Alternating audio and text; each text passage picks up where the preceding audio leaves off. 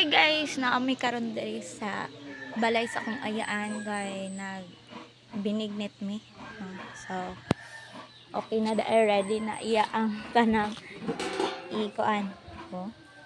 Mo na yung bilo-bilo. Made by Harina. Color kaayo guys na yellow, violet and orange. Yun.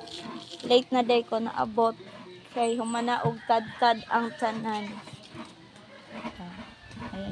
Kamuting kahoy, and then ready na pod ang brown sugar o gabi.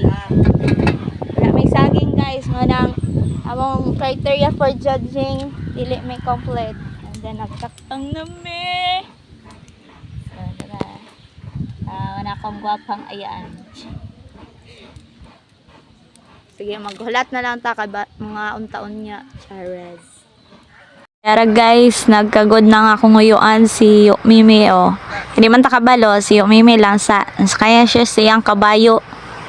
While nagpabukal or nagtakang sa sago para malata na jud siya, namid daring tapita pod ready og kilawon para ipare sa nilong-ag nga balanghoy.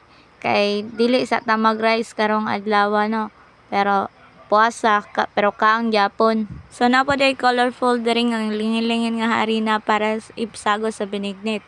So kay bukal naman, so ilunod na namo ni ang tanan para maluto na siya. So ito na ni ilunod na ang tanan. Yellow, violet, and orange. While gaokay siya Mimi, so kami po ga hulog or kami po ga lunod og aning mga urag bola-bola. Mga bola-bola nga di colores para na natay ma-snack on ya or mapaniod to. So muara ni among ipaniod to guys ikaon. And after sa pagmikos-mikos, eto na guys, luto na, kob-kob na potas og binigni. Amo aning colorful kaaya amo ang binignit guys. Hinaho ko naman dara. Urag taya man ata iti. Ay kaya man na ay. Nagkaya ka na ba? Ayun, dito sa ilalim lang. After kaan sa binignit, okay nilaw na punta. Dirita kay lami kayo ang pares ani balanghoy nga nilong-ag.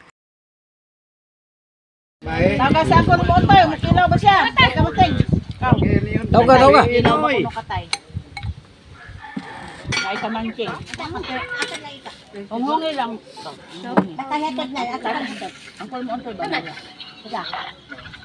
Kana ilang yan. That's all for today's Kob Kob guys. Thank you for watching. Bye!